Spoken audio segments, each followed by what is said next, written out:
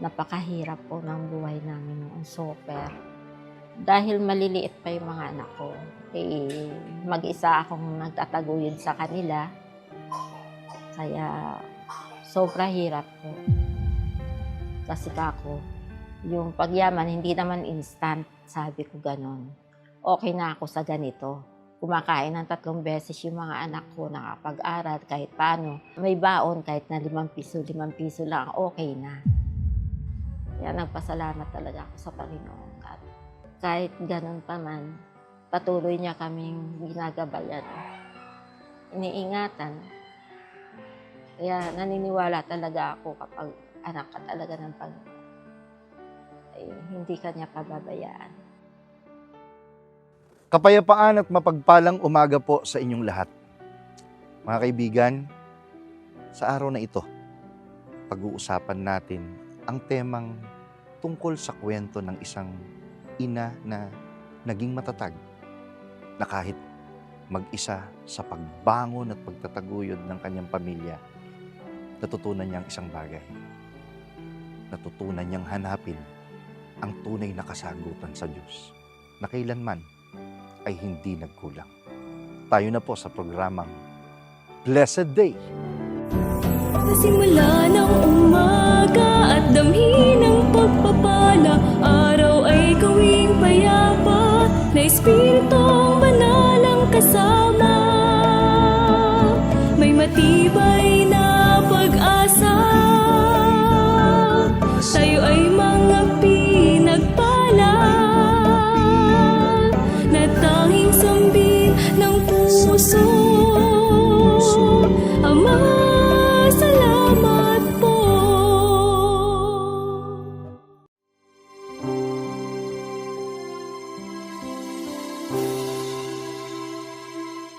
Sa bawat yugto ng buhay, may mga pagkakataong tila puro pagsubok at pagod ang ating nararanasan.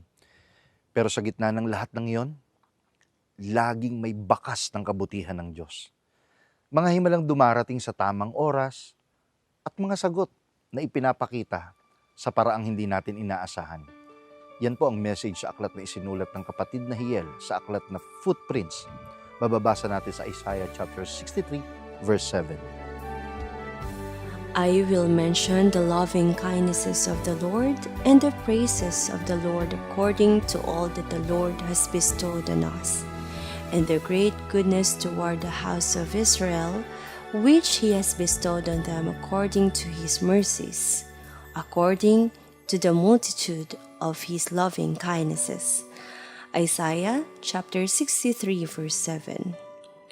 We can experience the love and kindness of the Lord in each and every day of our lives.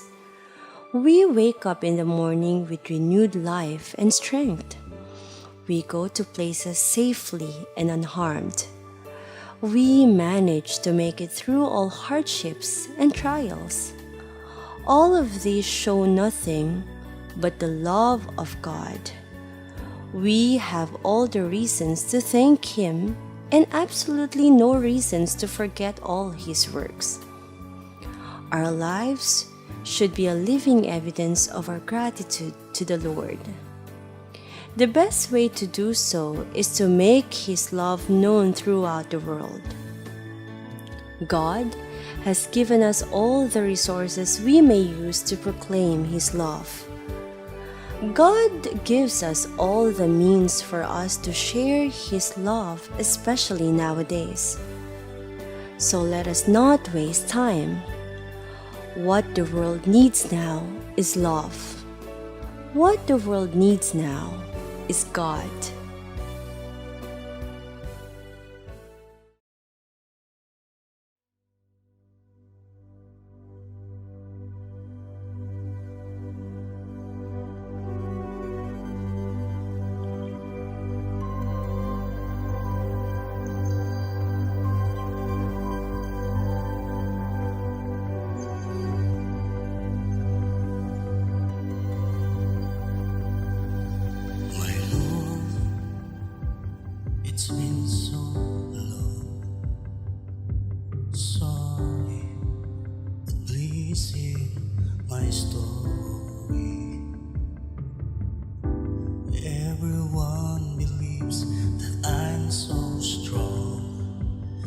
Sometimes I've got to face battles on my own. I've got to stay up and always press on. But no one else can see the tears that flow when I'm all alone.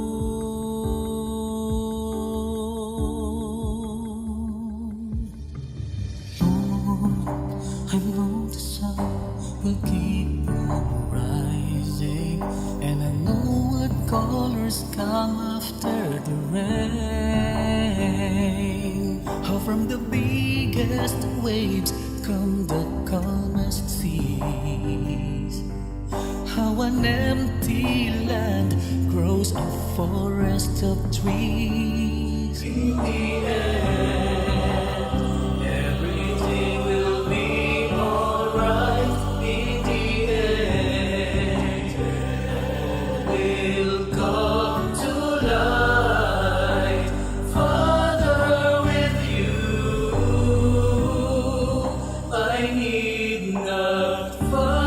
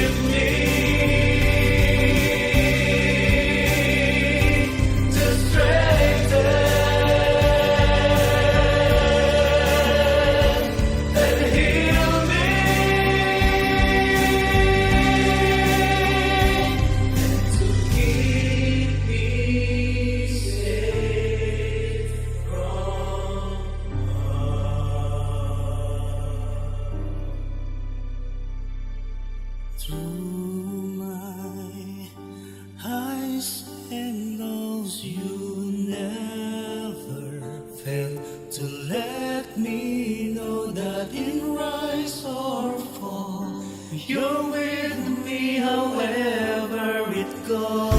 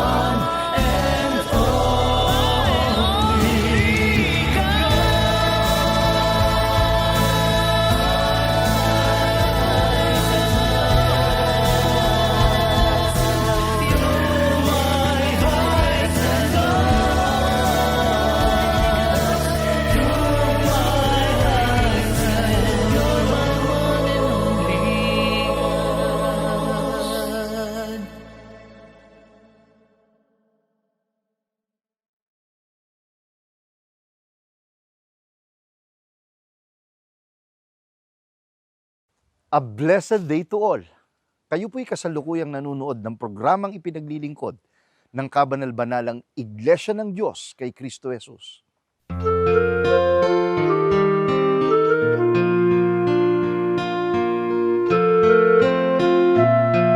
Sa bawat sakripisyo, sa bawat pagod, at sa bawat luha ng isang ina, nariyan ang Diyos na patuloy na gumagabay at kumikilos. At sa kabila ng lahat ng kakulangan natin, ipinapakita niya na kailanman ay hindi siya nagkukulang upang ito ay punan, sapagkat ang kanyang kabutihan ay laging sapat. Sa segment na ito, ating tunghayan ang kwento ng isang inang nakaranas ng kabutihan at katapatan ng Diyos sa gitna ng hirap at pagbangon. Sa segment na Grace of God's Love.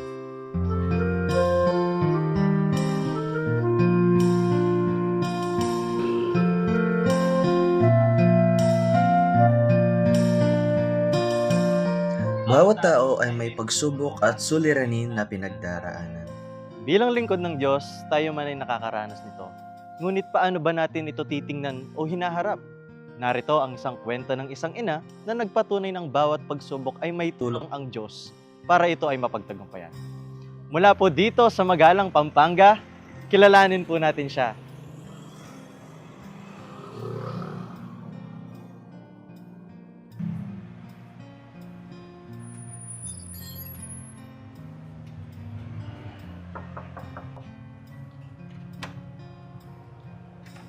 Siya lang po. Kamusta po? So, Sister, maaari po ba kayong magpakilala? Ako po ay si kapatid na Elionay Emma Las Pantanilla ng Magalang, Pampanga. Ako po ay 70 taong gulang. Ako po ay nabautismoan noong sikap August 25, 2002. At kasalukuyan ako ay isang diakonesa ng kabanal-banalang Iglesia ng Diyos kay Kristo Jesus. Ako ay nahirang bilang isang diakonesa noong Abiser 2016. Ako po ay isinilang sa Iloilo. So, ano po ang pamumuhay mula sa lugar na inyong pinagmulan? Ako po kasi ay bali lumaki ako sa puder ng lolo. Kaya maganda ang naging buhay dahil medyo may kaya sa buhay yung lolo. Kaya okay yung pamumuhay ko doon. Kaya lang, mahiyain ako. Sobra ako mahiyain noong kabataan. Hindi ako marunong makipagkwentuhan. Hindi ako palakibo. Mula po sa Iloilo City, maaari niyo po bang ikwento kung ano po yung mga inyong pinanggalingan bago po kayo napunta dito sa Pampanga? Year 1974 nang mapunta ako ng Maynila. Kasi nga sabi may naghihintay na trabaho dito sa akin. Kaya nagpunta ako. Kaya lang, 1 month na ako nakipagtrabaho noon. After noon, napunta ako sa mga pinsan ko. Doon, nag-manage ako ng isang negosyo nila hanggang sa napalago ko. At doon kami nakita ng tatay ng mga anak. Isang ina na nangarap ng maayos na buhay para sa kanyang mga anak. Ito ang naging kaisipan ng kapatid na Elionay, udyok ng pagmamahal. Sumubok na makipagsapalaran sa iba't ibang bayan dito sa Pilipinas upang hanapin ang kanilang kapalaran. Paano niyo po naitaguyod ang inyo pong mga anak? Dumating yung punto, yung bagyong Rosing, nagkaroon ng aberya yung floating cage ng tatay nila. Kaya na-wash out po yun. Dahil ang mga ginamit na patuka, bali, may supplier po. Hindi na mabayaran. Ang ginawa po niya, natakot na hindi na mabayaran. Kaya kami, naiwan po. Kaya doon po na ganap ang trahedya sa buhay namin. Sobra hirap. Pati kami was out. Kaya kami napadpad ng Pampanga. Sa mga di inaasahang pangyayari, naging mag-isa ang kapatid na Elionay sa pagtataguyod ng kanyang mga anak. Nang mapadpad ako rito na tiyempo nandito yung biyanan ko, binigyan na ako ng 100 piso, pinababalik ako ng balagtas. Hindi ako umalis. Ginawa ko, nanatili ako rito. Ngayon, binili ng biyanan ko yung bahay kubo doon, papuntang bundok. Doon kami nanirahan. Napakahirap po ng buhay namin noon, super. Dahil maliliit pa yung mga anak ko, mag-isa akong nagtataguyod sa kanila. Kaya, sobra hirap po. Dinanas po namin yung bago kong dating kami dito. Dinanas po namin na nagpapahimingi po ako ng pinakakain sa baboy. Yung trigo. Para ilulugaw ko po sa mga anak ko para may pagkain. Dinanas po namin yan. Kaya yung kambal, pag umuoo yun, buong trigo pa rin. Dinanas po namin yan. Tapos, namulot ng mais. Isang sako yung inuwi ko, hindi ko mabuhat-buhat. Kasi lahat ng tinatapon, kinukuha ko. Akala ko yun ang kinukuha. Yung malaperlas. Kaya pala nagtataka ako ba't ganon yung kinakain sa kabila ang gaganda sa akin ganon. Yung pinakakain pala sa baboy yun, hindi ko alam. Yun, hindi naaalisan ng siga yung kalangan namin dahil laging may nakalagay na mais doon, pamatid gutom. Dinanas po namin yan. Hanggang sa, dahil nag-aaral yung mga anak ko, natuto ako magluto ng mani, pulburon, pinasok sa school, sa tray. Nakuha ko pong gampanan yan, wala akong tulog sa gabi dahil ginagawa ko bit-bit ng dalawa kong anak, yung si Ellen at saka si Medad. Bit-bit nila pagdating ng umaga. Tumutubo ako ng 80 pesos isang gabi para may mabaon sila. Makabili kami ng 1 kilong bigas, 5 pisong tuyo, manghingi ako ng talbos ng kamote. Hanggang sa dumating yung punto na pinasok ako ng kapatid ng biyanan ko sa Delta. Una, nag-assist lang ako sa pagluluto, pero tiniis ko ang lahat. 100 piso yung yung sahod ko. Para lang yung mga anak ko, mapakain ko. Yung panganay ko, si Medad, si Miss pa nag-aaral noon, elementary. Hanggang sa dumating yung punto na naging tagaluto ako. Yung medyo maganda kasi medyo malaki yung sweldo. Kaya sabi ko okay na ako. Kasi kako, yung pagyaman hindi naman instant, sabi ko ganon. Okay na ako sa ganito. Kumakain ng 3 beses yung mga anak ko, nakapag-aral kahit paano. May baon kahit na 5 piso lang, okay na. Sapat na sa akin yun, sabi ko. Paano po kayo natawag po sa paglilingkod sa Panginoon? Isang araw, sinabi ko na parang mayroong kulang sa akin. Ano kaya yun? Siyempre, hindi ko naman sapat pa na naunawaan. Ngayon, pinikit ko yung mata ko. Sabi ko, ang kulang pala sa akin ay pananampalataya. Kasi alos 6 to 7 years na wala akong inaaniban. Kasi nang malaman ko na yung inaaniban ko ay wala sa katotohanan. Kaya, totally nang malaman ko, totally hindi na ako nagsisimba. Talagang napakabait ng Panginoon. Inalis po niya ako, nagkaroon ako ng trabaho, pati linggo. May pasok ako. Kaya wala nang pagkakataon na baka ganap ako sa kanila. Hanggang nga sa dumating yung punto na hinanap ko na parang may kulang sa akin. Pinikit ko yung mata ko. Sabi ko, Panginoon, ituro mo po yung tunay na daan tungo sa'yo. Wala man 1 week eh. Siguro mahaba na yung 5 days kumatok sa akin ang kapatid na Tio Ben. Bali pamangkin siya ng asawa ng panganay ng biyanan ko. Nagpakilala siya sa amin. Yun, doon po nagsimula. Pero kaya lang, ang unang natawag, yung 2 anak ko. Si Medad at saka si Mispa. Kasi, syempre, busy ako sa paghahanap buhay dahil ang dami kong pinakakain. Kaya, Umabot ng 8 months bago ako natawag. Tapos, pinuntahan pa ako ng matandang raham sa bahay para lang himukin na magpabautismo. Sabi ko, pwede po ba? Sabi ko, hayaan niyo muna ako. Gusto ko kasi, ako mismo ang magsusuko sa Panginoon sa sarili ko. Ayoko yung sa pamagitan, sa paghimok sa akin, kaya lang ako sumama. Kaya nag-antay po sila. May sitwasyon po ba o pangyayari na naganap po sa buhay ninyo na nagpabago ng paglilingkod po ninyo sa ating Panginoong Diyos? Sa araw ng pagsamba, titingnan ko kung magkano yung laman ng pinagbilhan ng yelo.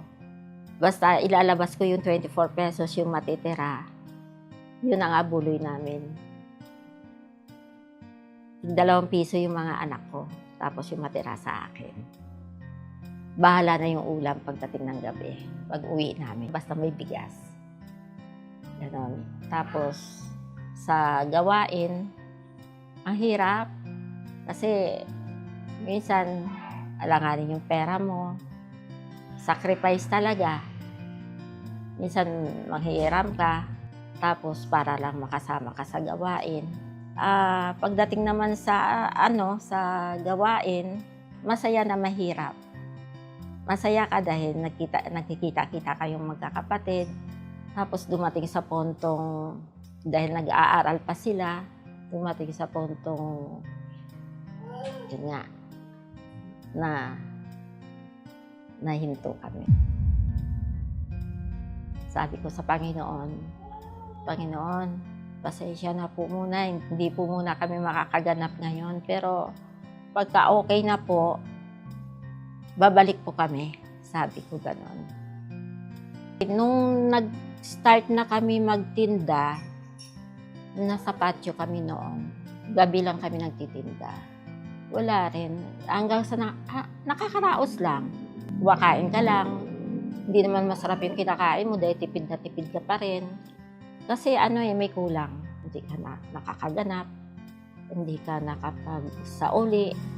Hanggang sa nakuha na naming maglugaw, napunta kami dito sa Marbella. Maliit lang na apartment. Yun, pinupuntahan na ako ng kapatid na kampo. Kaya lang hindi ko pa ina-accept. Tapos yung may-ari, katapatan ko lang. Hindi gaano kami tumatanggap ng bisita. Ano-ano po ang masasaya ninyong karanasan sa paglilingkod po sa ating Panginoong Diyos? Nung nagbalik loob kami, year 2015, nung magbalik loob kami, ang inalok ako na mag-set ako ng pulong panalangin. Kaya kaagad ginrab ko yun. Pakiramdam ko sa sarili ko, parang lumilipad ako sa ulap. Gusto ko na makita yung mga kapatid.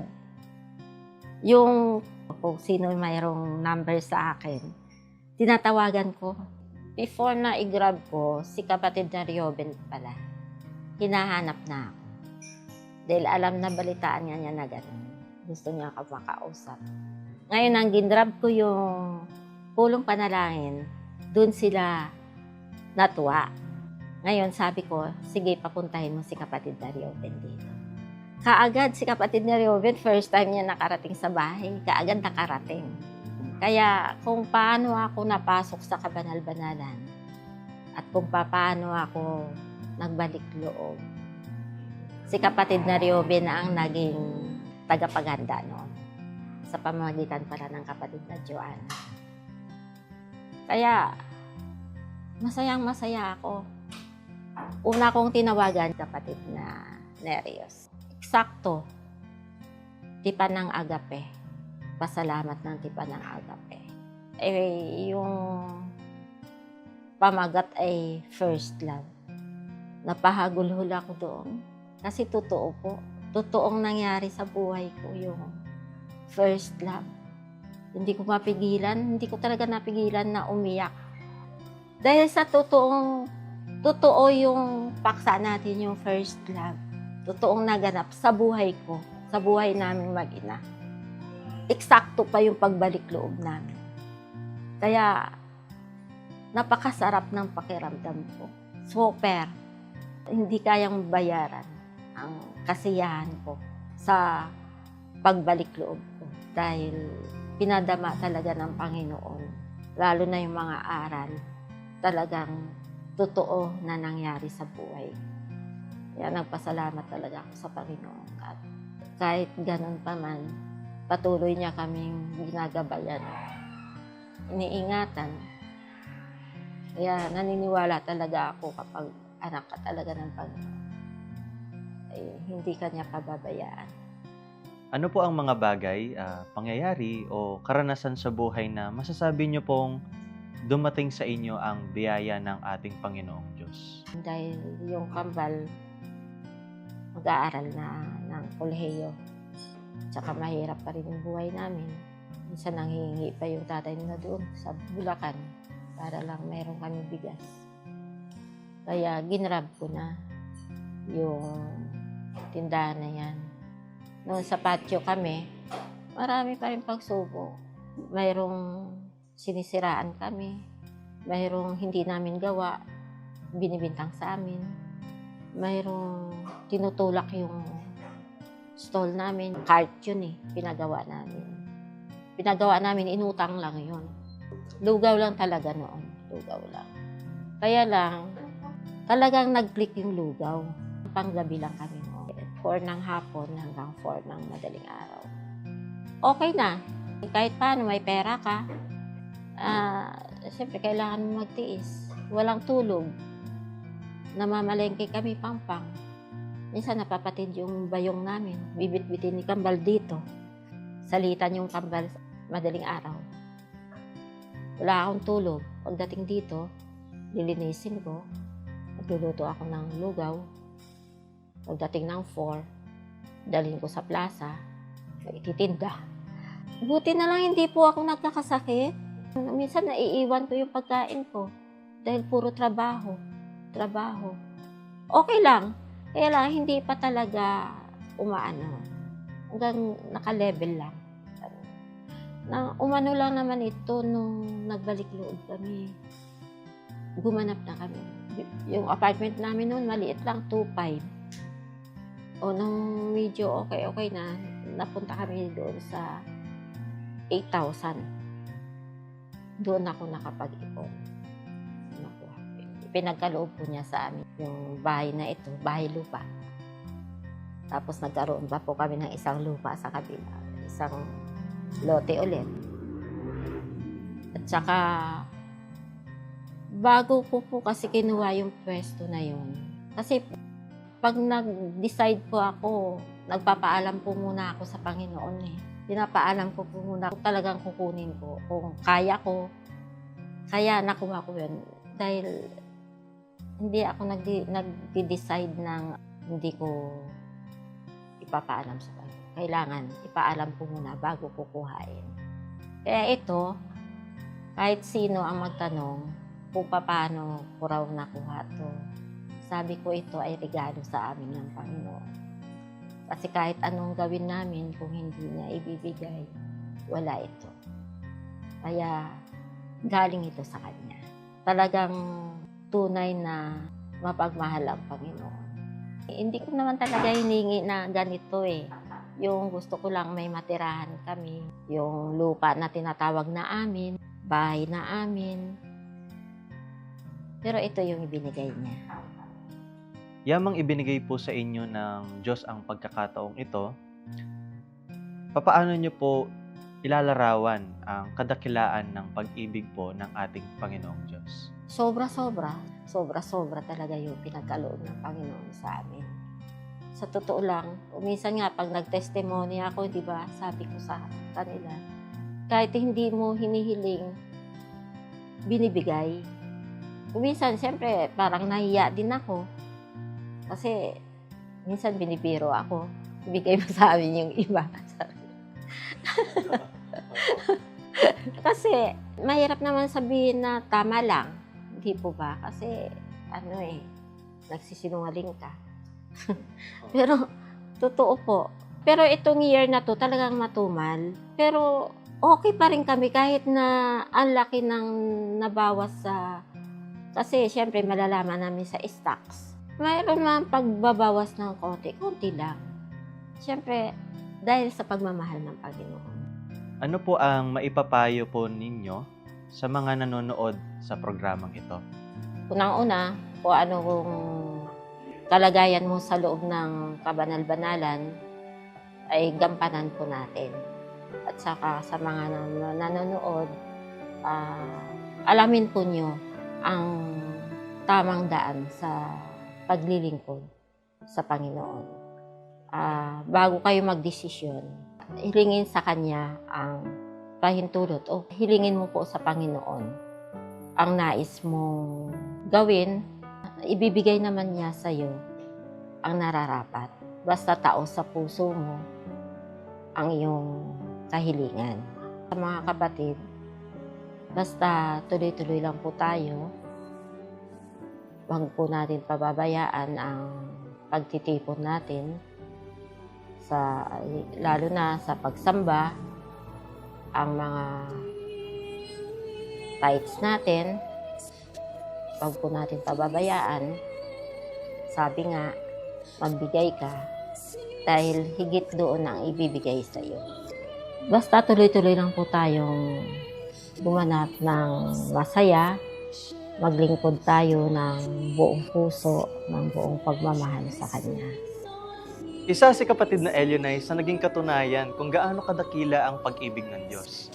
Dumating man sa atin ang iba't ibang sitwasyon ng buhay, kahirapan, kalungkutan o alinman sa mga bagay na maaaring pagdaanan ng lingkod ng Diyos, mananatiling naninindigan sa paglilingkod sa Panginoon. Ako po ang kapatid na Nezael M. Evangelista at ito po Ang Grace of God's Love.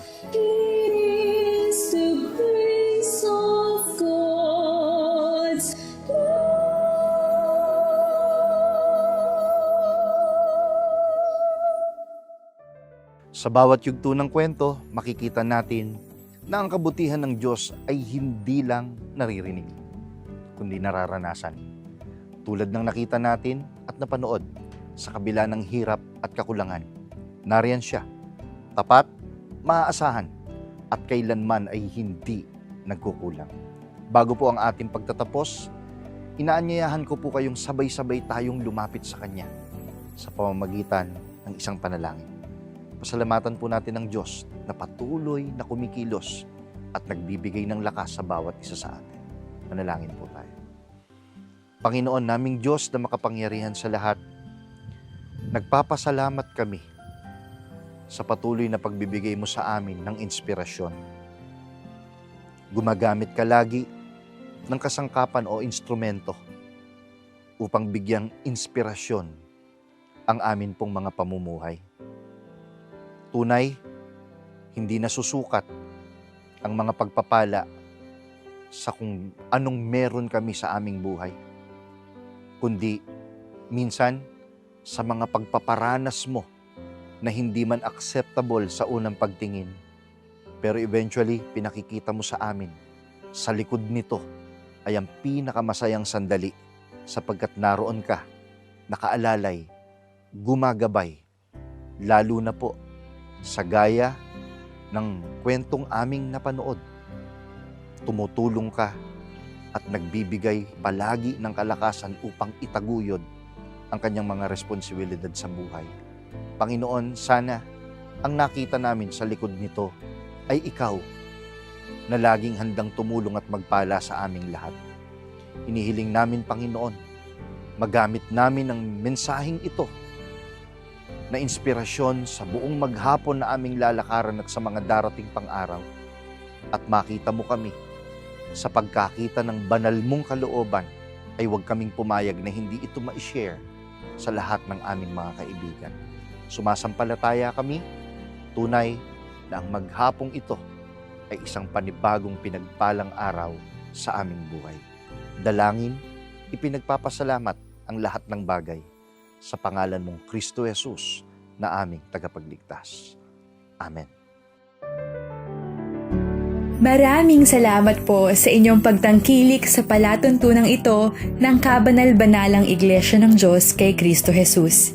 Kung nais po ninyong mapanood ng iba pa naming programa, mag-subscribe sa ating YouTube channel na The Most Holy Church at bisitahin ang aming Facebook fan page na MHC Media.